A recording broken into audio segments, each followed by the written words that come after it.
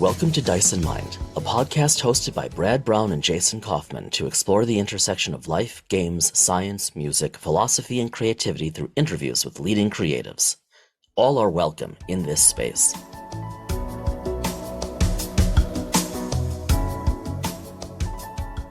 You know, there's one thing, we talk a lot about Trek and Star Wars, and we get it. We do our share of high fantasy, probably not as much low fantasy as but I have to say, whenever there is a Marvel movie on TV, I'm gravitated to it. That's kind of my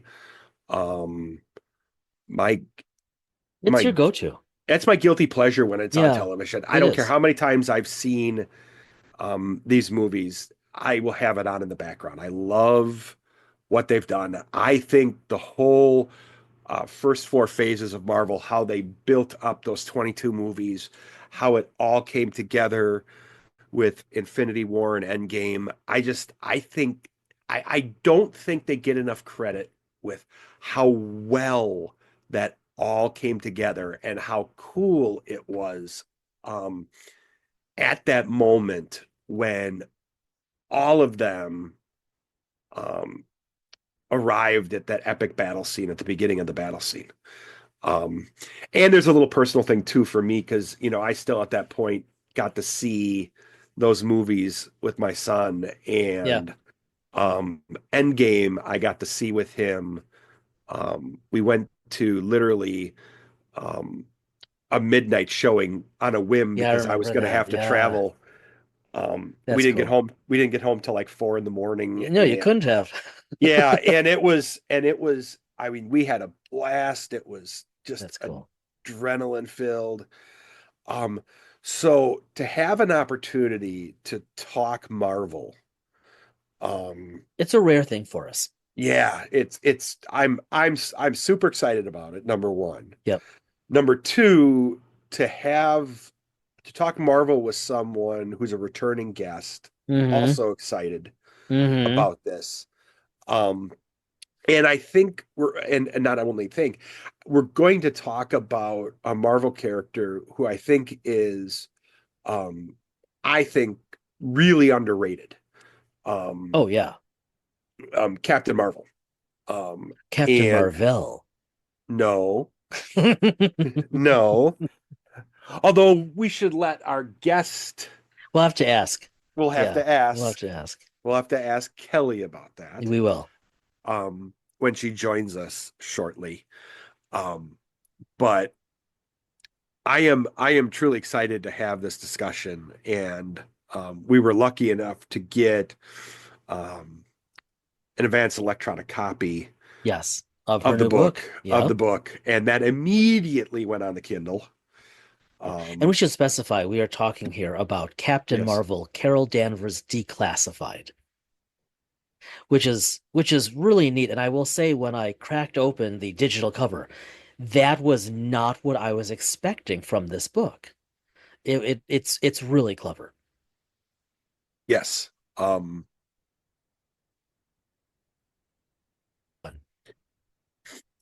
And we're lucky to have Kelli Fitzpatrick back with us. The first Hmm. time we had her on Hmm. was when we were talking about Star Trek Shackleton Expanse. Yeah, I actually think back to that a lot, and her excitement at the opportunity to create create a whole species and world. In my mind, is soft canon. I just Yes. think, and I remember her excitement and her smile describing it because it's such a unique species. And we've both referenced that in some of the stuff we've done in our captain's log stuff. Yeah, I know I have. yeah, you definitely have. I love that book. And the material in it is still, it's still phenomenal, even going into second edition. But Hmm. when I heard now she's crossed over into Well, I um mean, Kelly's just becoming an increasingly prolific writer yes, across franchises, which yes, is really enviable. yes. So this is gonna be a fascinating discussion, not only to Hmm. talk about um her latest project here, but also her work in creative writing, Yep. um, Hmm. Yeah, teaching and so on. yeah, And she's very involved now and as scholarship as well as the writing. yeah, and obviously she's involved in a project that we're all involved in too. So, so ultimately, I'm just excited to hear everything that's been going on because we haven't chatted with her for a while. She's one of our earlier interviewees. Yeah, she really was. Yeah. We've obviously talked with her because we've been involved in some other projects and things like that, Yeah. but we haven't had her on the show in a while. So No, no. So this um is well timed. And yeah, so this this is a good addition to Dyson Mind to get some time talking Marvel with an yes. expert. Yes.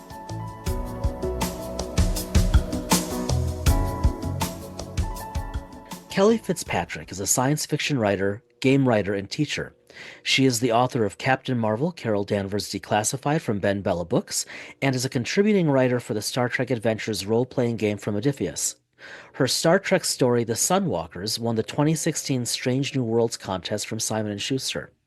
Her short fiction has been published by Baen Books, Crazy 8 Press, Flash Fiction Online, and others, and her essays on sci-fi pop culture appear at StarTrek.com, Women at Warp, and in anthologies from Sequart and the ATB Publishing. She has written for NASA's Hubble Space Telescope Outreach Team and Arizona State University's Interplanetary Initiative. She has over a decade of experience teaching high school and college courses.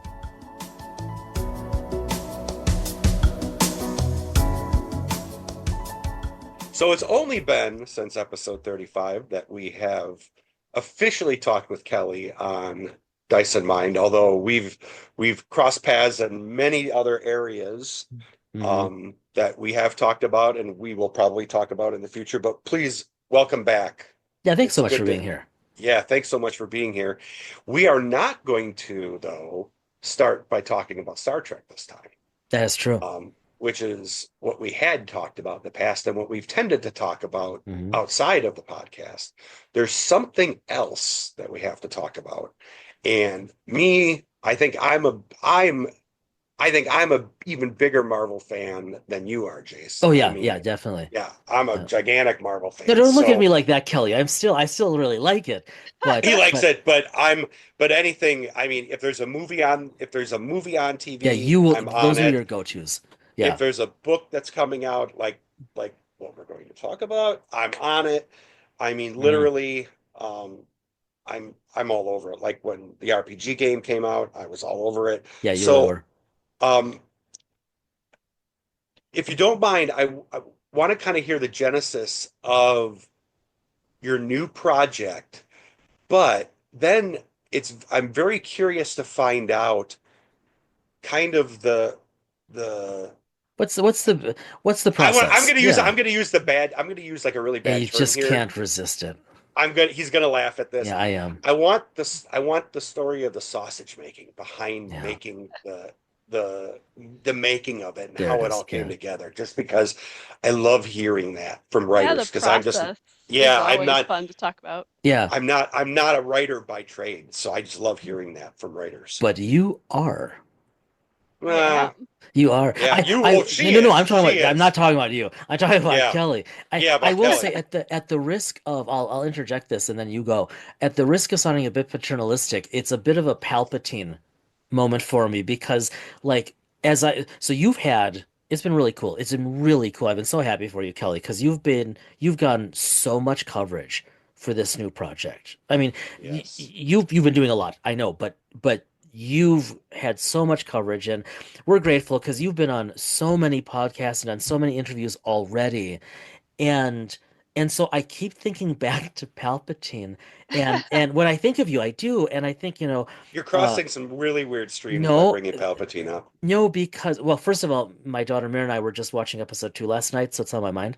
But no, because it's I look forward to watching your career with great interest or whatever he says. Right, thank you. And I keep and I that's been on my mind ever since we reached out to have you back to Dyson Mind because like it's almost we knew you back when. Like I think of when we saw you for episode 35 and you were so excited about the Shackleton Expanse and rightly so. And I think about that a lot. And like you look at that's now 3+ years ago, and you Yep. look at everything you've done, both professionally teaching and this book and all the other stuff in between, it's pretty impressive. Ah, It's well, very thank impressive. you. Thank you very Yeah. much. I'm honored to hear that, and I also am very excited about the state of my career Good. currently and all of these projects that I've gotten to work on and participate in and contribute to. So yeah, it's been a ride. Really, really fun one. Okay, so you have like as we're recording this, it's is it as we're recording, is it out for sale now? It's been for pre it is, isn't it? Yes. So Yes. it launched on March 4th, Oh, which is two beautiful. days ago Yep. as of when we're recording this. So, so Captain Marvel, Carol Danvers declassified notes, interviews, and files from the Avengers archives. And when you sent us the PDF to preview before we chatted tonight, this was not what I expected. I'm not sure what I was, I'm not sure what I was expecting, but this is way different and way more. So, yeah, I'd love to hear, like Brad, about like the genesis of why this project. How did you how did you create something like this? Because it's really different. It's really neat. Yeah. Yeah. So this is the format is not what most people expect, as you said. I think most people who hear about this project expect that it's either a comic style graphic novel or it's a traditional prose novel. And it's really neither of those. It is a sort of multimedia Yeah. like partial graphic, but it's really meant to be the life story of Carol Danvers in her own words, and the way that it's told is through a series of interviews, so like transcripts of interviews, accompanied by lots of pieces of media, is what we called them when we were creating them. Yeah. And these are documents. A lot of them have been declassified, so you've got things like shield profiles on her villains that she fights. You have her mission logs from times when she was, part of the Avengers. You have her personal diaries that she shared as part of this process, newspaper headings, magazine articles, all these sorts of like found documents that have been recreated as part of the book. So that's sort of like the format, but this is actually the fourth book in the Declassified series that Mhm. BenBella has. And so all of the books share this common theme of telling the sort of complete life story of one of the Marvel heroes from the comics. So it's taking the comics Yeah. continuity, Yeah. and they all share that sort of central idea that there is a collection of files that has recently been declassified Mhm. for some reason.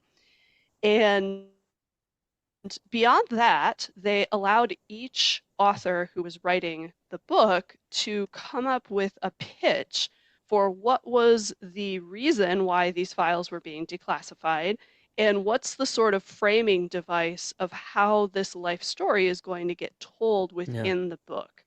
So for Carol's story, I really wanted to lean into the fact that in her very first title series, the Ms. Marvel 1977 series, she works in her day job as a magazine editor at Woman Magazine, and she works for Jonah Jameson. And this idea of her being a decision maker and a writer and kind of a journalist are, I think, really core aspects of her identity. Hmm. And so my pitch that I gave to Marvel when they approached me about this project was that I wanted there to be a feature issue of Woman magazine that Jameson is trying to revive, and so he hires one of Carol's nemesis named Ripley Ryan, who's also a journalist, um, to go interview Carol and sort of get some new content to Interesting. put into this story. But he's Jameson, and so he's pulled strings, and so he's got a hold of this archive Right. of files, some of them declassified, some of them that he had from the old magazine files. And then Carol, when she agrees to do this, offers some of her own personal files to supplement because she wants the story to be complete.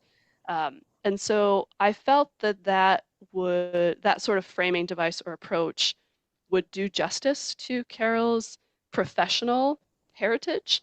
And also, I wanted her interviewer to be someone that would challenge Carol and really push her on certain topics and to really dig because Mhm. it's established in canon that Carol doesn't like interviews, doesn't like dealing, with the press, and but also she's really confident, and so I needed someone who could kind of match her verbally.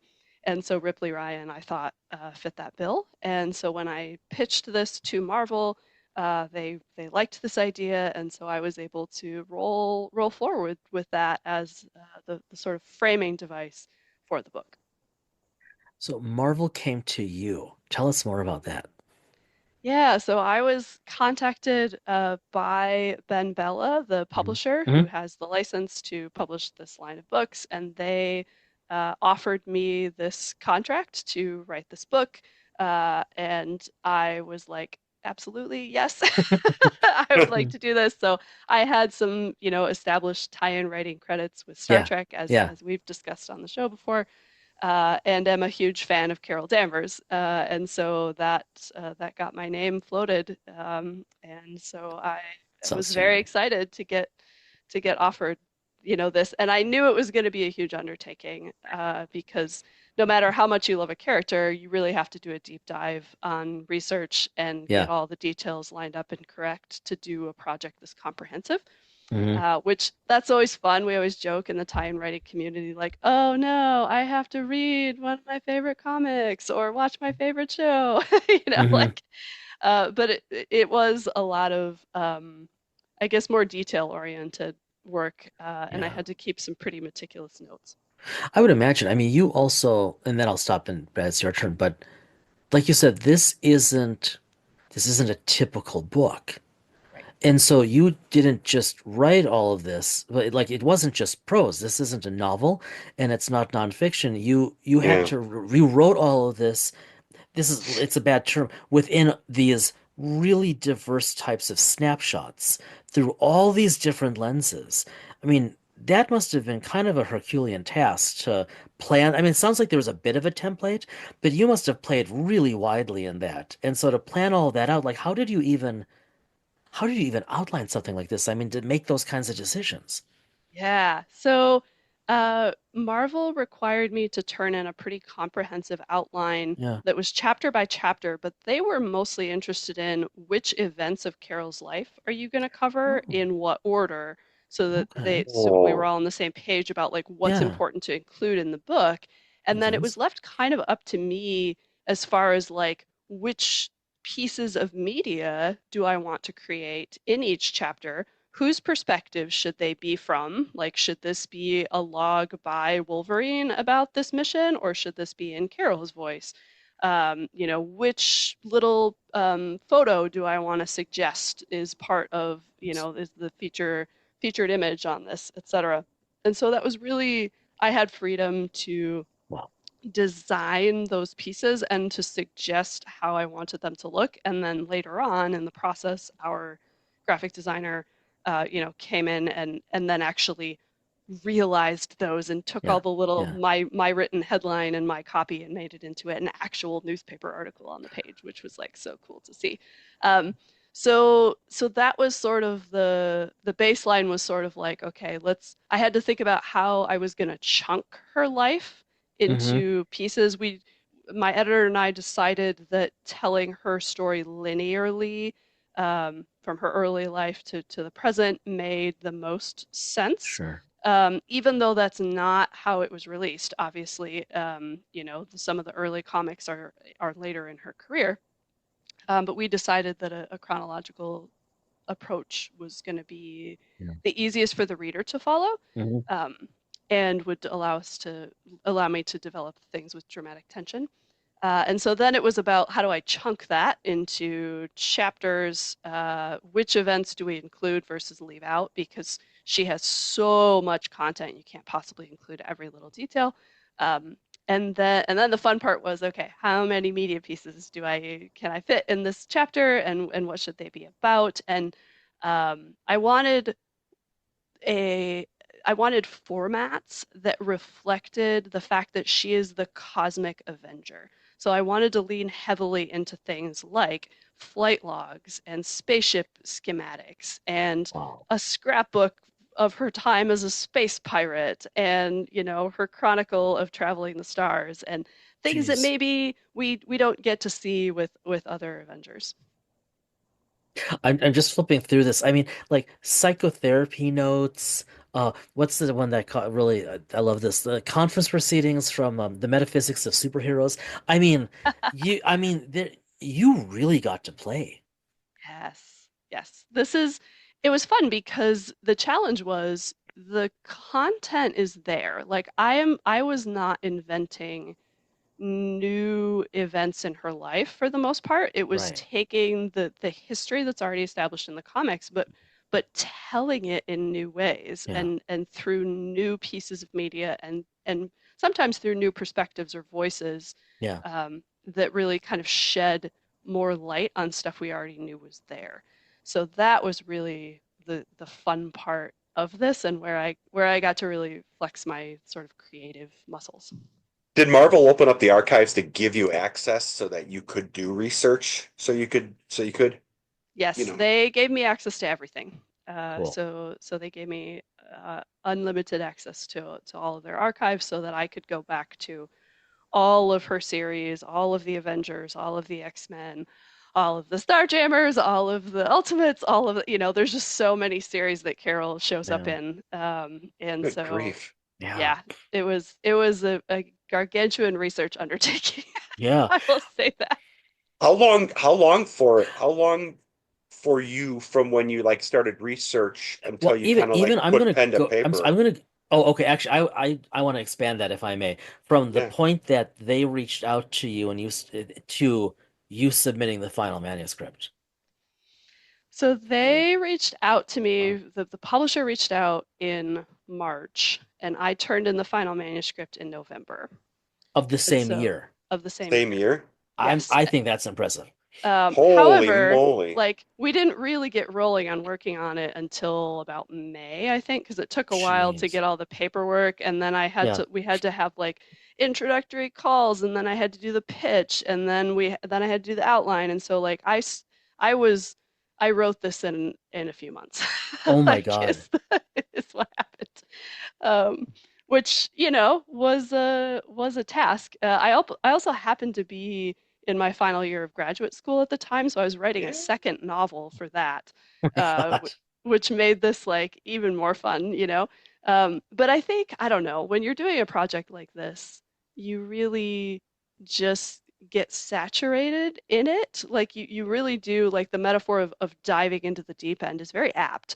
Hmm. And so it feels right to just be in it for a certain period of time, and to just kind of um, get to put almost all of your attention on it. Really cool. But well, I think if I Man. may say, I think if you love what you do, writing and so on, you're just apt to continue to do it. I mean, I know that, grad school plus this, and we know there's other things that you're working on beyond that as well. Mhm. I don't know how, much like a couple other folks we know, I don't know where you have the time to do all that you do, you know. It's Um, a labor of love. It's a lot of prioritizing it because I love it, and I love seeing people's reactions to it. Mhm. Like Mhm. really good literature was foundational and fundamental to my development as a young Yeah. person, as a young adult, and so I am honored and humbled that I get to create things that hopefully will maybe inspire other people. So I have a lot of motivation to want S- to. So speaking of that, how goes teaching? yes. Oh, I love teaching. So I'm in kind of a dual role right now. I am teaching honors courses Mhm. at Iowa State University, and I also serve as a fellowship advisor. So I get to help Oh, students cool. with very high level fellowship and scholarship applications. and to really help them have the best chance at the sort of most competitive awards. And I love that. I love getting to mentor really motivated students who want to, serve the public and make the most out of their future and be world changers and things. And so yeah, it's I love my job. I'm imagining your university office is kind of like that scene from Groundhog Day when the student comes in and like has a question and about writing, and you're like, let me just grab a book that I can recommend to help you. And it's just your stuff. Yeah, I decided to make my office um, like a place that I wanted to be. And so of there course. are posters all over the walls about space and NASA and, Nice. like inspiring quotes from John F. Kennedy about the space program and things. And so students walk in and they're like, "Ooh, this is inspiring." I'm like, "Yes, that is the point." So, um, but yeah, it's nice to have a career that I love, that I get to spend every day working on, and then another career that I love that I get to do, on my own time. And I think they kind of feed into each other a lot. I would think so. I mean, it certainly seems like they're very congruent with one another. Yeah, it's a lot of let's aim high and follow dreams and do what we love and find our passion and that sort of thing. That's kind of it's all rolled up into one. From a writing project perspective, in terms of what you can talk about, what do you have? What are you working on right now that again you can talk about? Yeah, yeah. So I am very nearly done with the second draft of a science fiction novel. This is the one that I wrote the Oh, first draft during my graduate program, neat. and then I decided to expand it and make it a little bit more, marketable size and apply some changes that I wanted to make. And so that's nearly done. I've been working on that for several months. And so the goal will be to send that off to literary agents. And then I've got a couple of short stories that I'm working on for anthologies that are coming up. And so one of them is for Twisting, Turning Time Shifts, which is from Bluetrix Books. And that is an alternate history anthology Oh, about Oh, if is there mhm. imagine a change in history that works out for the better for women's rights. So somehow women's position in history improves because you changed one thing. That's And so interesting. I know, right?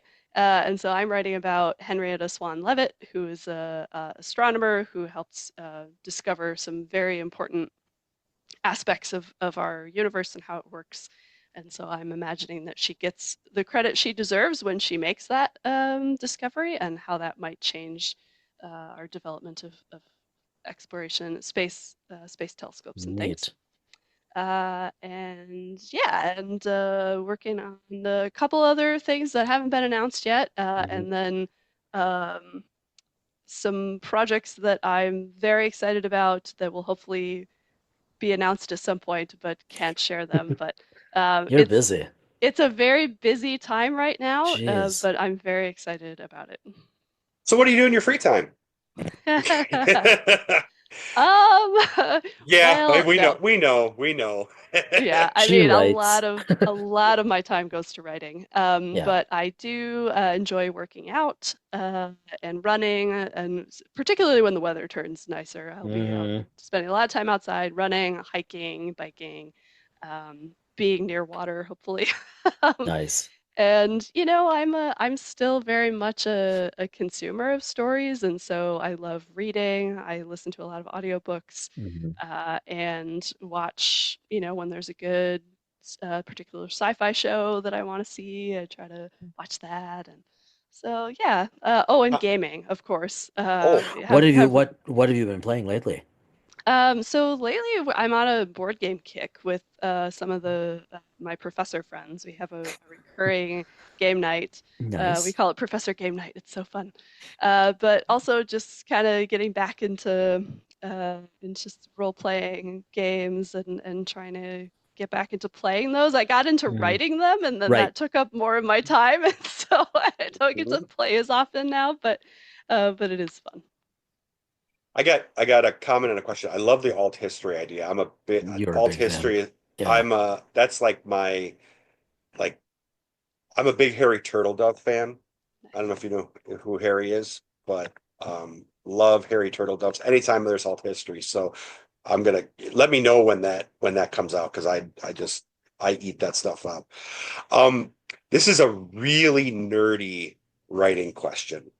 Um, and it comes from um, I've never really read, or I really haven't. I haven't read Game of Thrones, but I was fascinated by the fact that George R. R. Martin, would write stuff on WordStar 2000 on an old IBM and an old, IBM PC because he didn't want spell checker to mess with all the names and everything like that.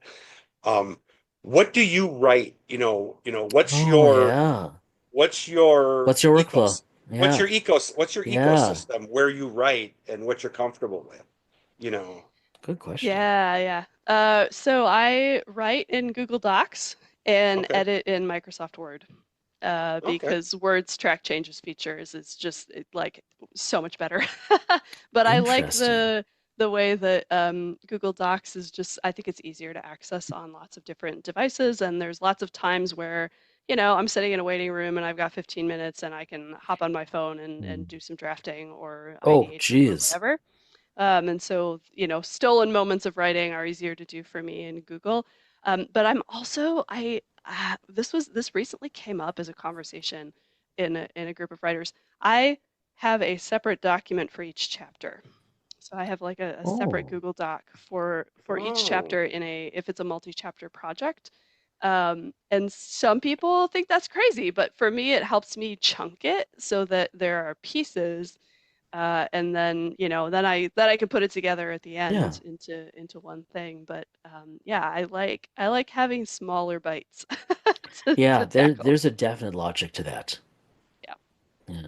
No, that's interesting. I mean, I could see how that would be helpful because I mean, otherwise you could, and I could see how either way would work. But for me, if I'm writing most of Huh. my larger documents were academic at the time, Hmm. when I was doing grad work, but I would break those out just because a larger document, part of it was fear in case something happened to a document, Yeah.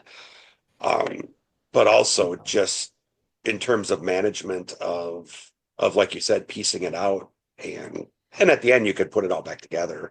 And this was even Yeah. before a lot of the collaboration tools were available. Oh yeah. Right. And I also track word counts pretty closely. Yeah. Yeah. And it's just a lot easier to you can just run the word count on the document rather than having to like highlight the section Oh and be like, yeah. okay, how many words is this part now? Because I'm a really uh, meticulous outliner and I know how many words I've allotted per chapter. And so I need to see like how close am I Nice. getting to the target to know like, all right, how much more of this do I have? That was a good question. I mean I've said this on episodes before, but I came to Google Docs so reluctantly. I mean, and that's putting it really like when I say reluctantly, I mean like antagonistically. Like I started using it out of sheer necessity because of the collaboration element, Sure. right? Because so much of what I write it's not just me. And along the way, I converted. Like even now, I like using Google Docs is my go-to, even if it's just me. I will say I still think fondly of Word 5.1a. I know that dates me, but you're too young to understand. But Yeah, I don't know what that but is. it was the last time. That is an It's a early or deep cut. earlier version Yeah. of Word for old Macs, the Yeah. old Macs that you would see, Oh, you know. Yes. Yeah, you're Yeah. absolutely right. Right. It's the last Early 90s. well, late okay. 90s too, but it's the last time that Early word 90s. okay, sure. It's the last time that Word was easy to use and not overwrought with functions. Yeah, there's a lot of functionality these days. Yeah, Um, it does a better job of tracking changes in comments, in my opinion, that's interesting. particularly if you got to do multiple Goo- rounds of Google stuff. Google bogs down on comments. What? Yeah, and it Yeah, doesn't do, if you got to send them back and forth, it yeah. doesn't track that as cleanly. Good to know. And also, if you need anything like a table or anything like that, Google will absolutely freak out and not know what to do. So, Yeah, that's fair. um, Yeah, so I mean it's kind of yeah, some combination of those two That's neat though is that you don't just use one, that you use both.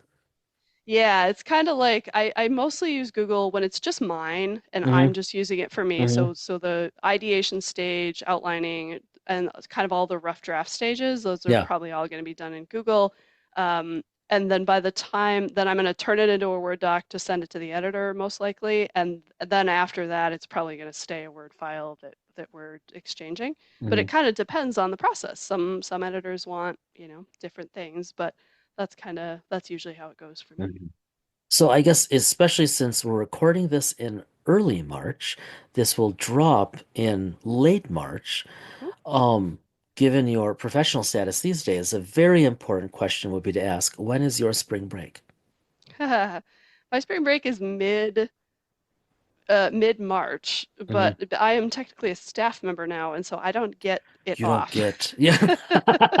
I have to You like know, there is a spring break at the university, but I but have you to don't get work, it. so Yeah, that's disappointing. Will it at least be quieter since you it won't will have the be students? way Yeah. quieter. So yes, Okay, that good. part will be nice. Good. Good. I'm glad. I guess I always like to ask what's coming next, but you already answered that. Um, Yeah, well, there's yeah. one more thing I haven't mentioned that is it's coming, I think, in the next week, and that's my first Western story. Oh, I saw you post something. Yeah, that's Really? for Yeah. Silverado Press. Invited me to do a Western story for them, and that's for an anthology that they're putting out. I think it's called like Today's Top Western Writers or something like that. And Nice.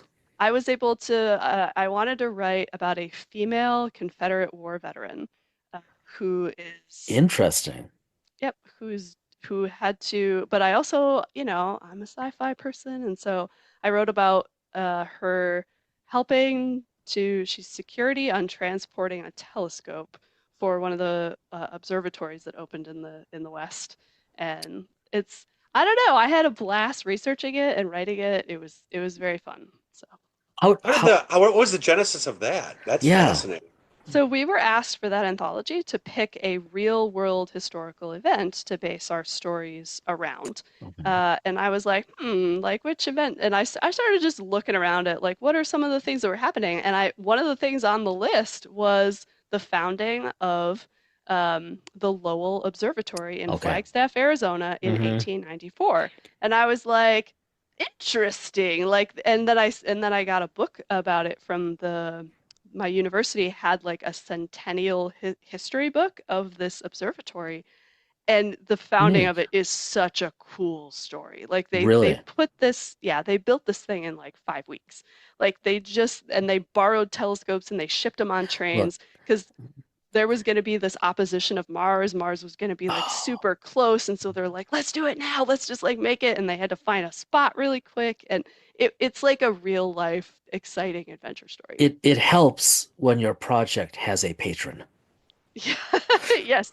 And the Percival Lowell had the I purse to got make this happen. Yeah, And so amazing. yeah, it was a very cool project to research and write. I have a Star It's Trek really question impressive. for you though, and this is Sure. going to be Ah, very good. It would have felt wrong. it would have I Good. have to Thank you for bringing it home. but I waited till the end. You I did. Good waited till the job. end. Good job. Waited till the end side of the interview. This is a controversial one. I don't know if you'll have an answer for it or not. What was your take on Section 31? Oh. Oh, okay. Um, so I will preface this by saying, um, And I don't I want you to I'm not trying to get you to be acerbic or No, no, anything no, like no. that because I know, But you know. for our audio listeners, which is all of you, you should know that when Brad asked the question, Kelly put her hand on her head in averted eye contact. So she's thinking. well, okay. So I want to preface this by saying that like my view on all the different iterations of Star Trek is that it's very much like a to each their own, Yeah, find the kind that you love. sure. And so I think Section 31 as a film really leaned into like the action adventure Hmm. kind of part of Star Trek.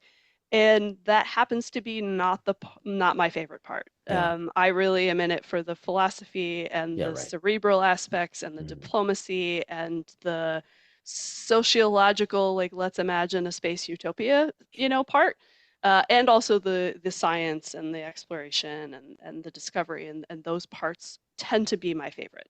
That said, I mean, Michelle Yeoh is like amazing, right? Mhm. And the costumes and set designs were just Mhm. like incredible. Um, so I guess at the end of the day, not my personal cup of tea, but like I understand that it is very much what some people love about Star Trek, and that is awesome. Well done. Diplomacy at its That finest. was very good. That That was was well done. I will be honest, I haven't because I have a job and everything like that. I just haven't had the time to sit down to watch it. Um, Jason has not had like like time to really give me his full no, opinion no, on it. I gave you my full opinion. We talked about it. You were a little, No, that was my full opinion. okay. Well, then it didn't give me a lot of Right, it. kind of like I would add to Kelly's list of what I love about Star Trek, Yeah, plot. yeah, Yeah. okay, yeah. So Yeah. I, and then I'm not going to ask that. Never mind. I'm going to hold off. I'm going to wait. I'm going to wait. Um, I'm so yeah, curious now. You know, I you know. should I'm wait. gonna wait. Yeah, I'm If gonna your wait. I'm filter's gonna leave kicking it. in, you should Yeah, follow I'm it. my filter. Yeah, yeah, yeah, yeah, I know yeah. from experience. Yeah. Yeah. We'll let the filter run Yeah. with it. I love the fact that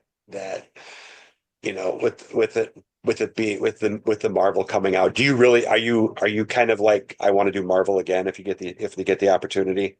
Oh, You know? absolutely. I would love to write in the Marvel universe again. I really do love it.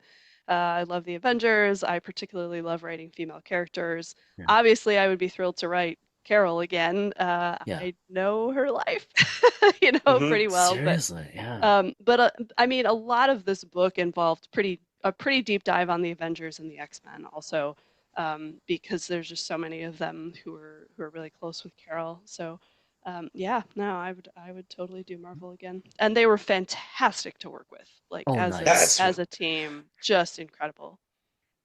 I was Nice. gonna that's the question I had forgotten to ask earlier but it was how what was it like working with Marvel? You know, Incredible.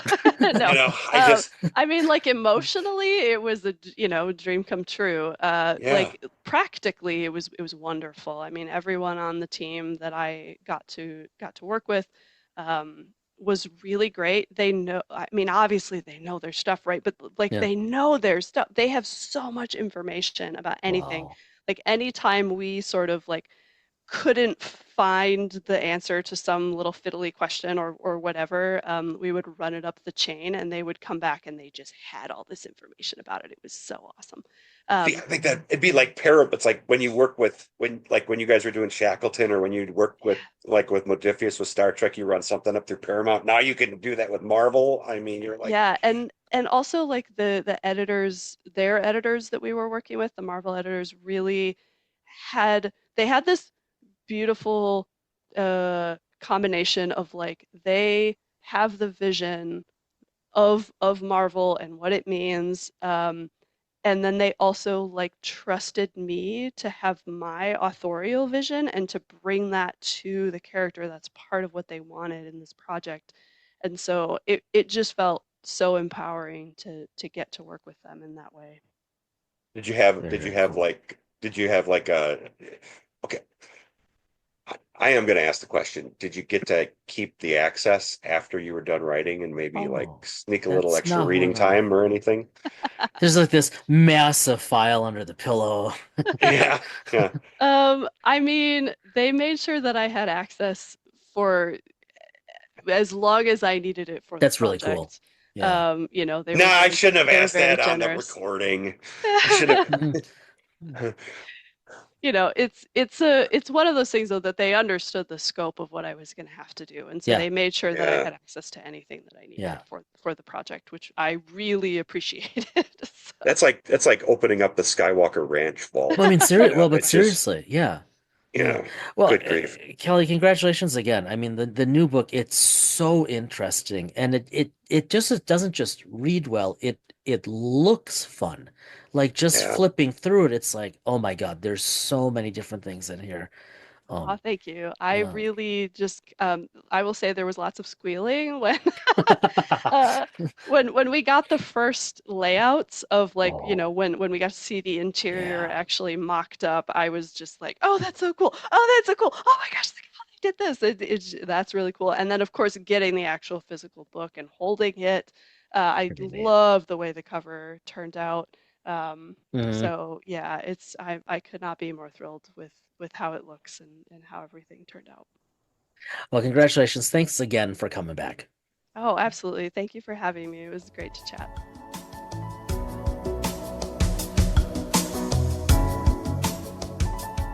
Thanks again for joining us, Kelly. We really appreciate it. Just we, we love to hear what you're doing. Love the Yeah. book. Yeah. Um, Really, really interesting. yeah, fascinating stuff. Let's head over to the Loon Cafe. The Loon Cafe. What um what's been on your desk or table lately? Yeah, for the word being table, since Yeah, I don't have a home office at the you don't moment. really have a desk per se. Yeah, not per se. Though actually, so and we were talking about this offline before we recorded, but for our listeners, as we are recording this, You're not talking about Captain Jones, are you? I am not. Okay. I am not. As you everybody, you can email Brad directly to inquire. Okay. As we record this, the egress window was put into my office, into the renovation, and so I mean, like it still is framing and foundation, but now there's a window. But because this has all been scheduled for a while, I've been thinking about the layout, the floor plan for when I move back in, as this drops in a few more weeks. So, the plan has always been, I've got to point to this, the plan has always been for like 80, Is your plan to bore us? it's already there. Okay. So, the plan has always been to pretty much put my furniture back where it was because I really like the layout. Yeah. But relevant to this discussion in the Loon Cafe, um, a few over the weekend, this past weekend, I was thinking, I think so we used to talk about this on a bunch of episodes. I used to have on my built-in bookshelves, I used to have like a shelf plus toward the bottom, toward the floor, where I put all of my RPG books, right? All Yeah. of it. You'd seen that many times on images or when you were A down there. shelf plus all of it using air quotes as Well, opposed. I mean, because it pales in comparison to what you have and on Yeah, your but shelf. people need to understand the shelf is Oh, not, you the know. the shelf it remains considerable, the built-in. Yes. But Yes. I only had they had this kind of small adequate space. Mhm. So what I've decided is I have two, old, like low shelves that Amy and I have collected like over the years. And they were both in the office. What I've decided is I'm going to take one of those. I think the bigger one and dedicate that as my art. Uh-huh. I've been waiting to tell you this Oh. because I knew you'd approve. I'm going to dedicate that one as my RPG shelf, Okay. which is, three shelves This is a and the big deal for those that don't know. And I say this seriously because you have had a or this I'm going to try to or it might be you the other one. Yeah. you've had a little stack of books that have kind of been stack of RPG books that have kind of been in limbo land, because they haven't really fit into the shelf and you didn't know if you were going to be able to keep them or Yep, not. and so they were that's true. Those were over there. And then Yeah. lots and lots and lots of journal articles and then eventually some records and some books on music. That's all going to go or mostly going to go into the shelves. I've decided the big built-in bookshelf. It's going to be just books. Just Okay. books. But I decided I'm going to take one of those shelves and I'm going to put it against that wall and it's going to be dedicated strictly to RPG, which will mean it'll all be together. There'll be plenty of room to grow. Yes. And so that's what's on my I desk or have to shelf, if you will. I have to ask. You have and legit, not to get into a lot of details, you have neither of us are we're New Year's resolution people. No, never have Um, been. but you have you in effect, for lack of a better term, you've been project planning. Um, you have a project ongoing, and when you Yeah. reach milestones, Yeah. Oh, um, oh you yeah, were you were allowing yeah, yourself to that's been indulge. failing miserably, but Okay. I'm getting back on the wagon again.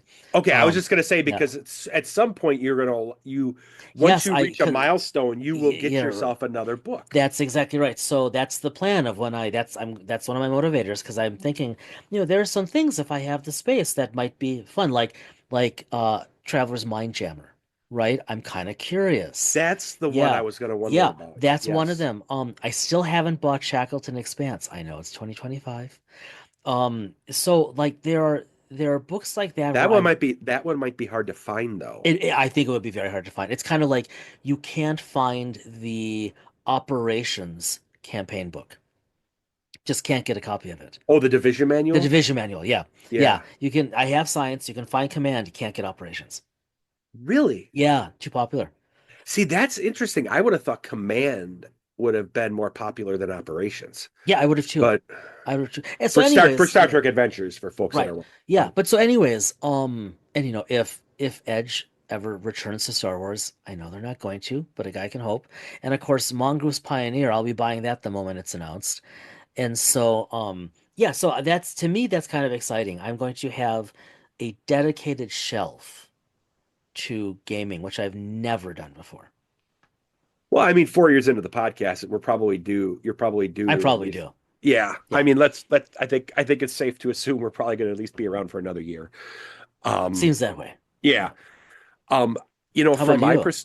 from my perspective, with work, Yeah, you've been busy. and such, um, to be perfectly honest with you, I think more of it is, um, I have to go to bed and get up like a big boy now. And and and so I'm going to bed early, Yeah. like I'm laying down at 10 o'clock at night. And actually, it's better than it was, where you were going to bed ridiculously early and then getting up in the middle of the night. No, I was going to, well, Yeah. no, I don't know how I'm not sure that's the right way to put it. I was going to bed ridiculously late slash early and getting up late in the morning. Ah, well, this is Um, probably better, a little more regulated. I mean, I was going to bed I was staying up to like 2 or 3 in the morning doing stuff and then Right. sleeping until 10 or 11. Yeah, not healthy. No, now I'm going to bed. And literally I thought I would take a while to adapt. It literally took no time Wow. Excellent. I'm laying down at 10 o'clock. I read for a very short amount of time, turn off the light and I'm out. And my alarm goes off at 6:30 in the morning. Nice. I allow Well done. myself maybe 10 minutes to wake up, and then I am up and getting ready. And I tend to, get to work between 7:30 and Mm, 7:45. early. Yeah, I Yeah, like yeah, and again, I could probably belay that and avoid some traffic or whatnot. But um, I kind of like that. yeah. Um, I I go through my task, whatever the case is. But point being is that I now have to act like an adult because one, being 51, I probably should at this point. But two, I enjoy, but I have lost um a chunk of time that I Right, was used to right. engage with activities for the past 2 years that I was able to indulge in. Yeah, So, you'd putz around with all these different games, and I get these late emails or early oh, emails. look at this, or Right. yeah. Um, but the game that's, there are games that are still on my radar of interest, but because now I have to focus because I have less time. Really, right now it's about GURPS and Traveler. Yep. Yep. Um, those are the two that are on my radar, and we've talked about this offline. Um, I really think, you know, I've been kind of jonesing for some world building within GURPS because I've had some Yep. ideas based off of some outside stimuli, um, stories and television and all that kind of spurred some ideas for me. Hmm. Um, and um, so that's where Yeah. I've done some note taking Oh, good. related to that. So I think when I don't know if we talked about this the last time we recorded, but I think Yeah, we did. we did with some of the Yeah, activities and stuff that we're doing. I think probably our session 0 for GURPS will probably come probably 2027. no, I thought I was thinking probably like April. Yeah, that I think we talked a bit about that last time. That sounds reasonable. Yeah, I don't that's like a session 0 for us is Hmm. April for that. Um and I think anything traveler related probably would be Q3 um Yeah, for us. I will have the time Q3. You Why? know, Because I'll be on sabbatical. So yeah. if you want to plan on Traveler for Yeah, this coming Q3. fall, that's ideal because I could actually like read it. Yeah, and I think by then I'll have, I'll be more settled into I'll be Oh settled yeah. professionally. Yep. Um You'll have Things will been be there in a while. place. Yeah. Yeah. So I'll be into the grind and everything. So um but yeah, that's I think where we're at. I Okay. think April for GURPS, probably September for Traveler. Perfect. Well, you all heard it here first, possibly again, and undoubtedly not for the last time. Yeah. You guys know what it's like. I mean, we're sure that so many of you out there listening, and thank you for that, are busy, right? Busy with life, busy with work, busy with family, whatever. Hey, we're That's all just reality. that's I mean, what was the onus behind the original onus when we started first talking about this is two middle-aged guys talking about gaming and how to fit it into Yep, our and we lives. missed it. Yeah, Yep, and we still miss it because we're not playing because much, we're not but playing. it's But at still least we're much talking better. about But it. we're constantly talking about it Yeah. and too frequently buying things for it. Yes. All right, everybody. You know the deal.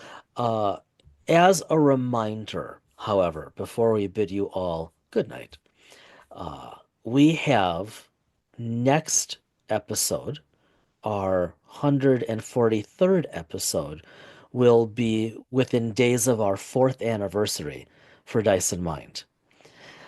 Brad and I have been talking about this, and we have something kind of different and special planned.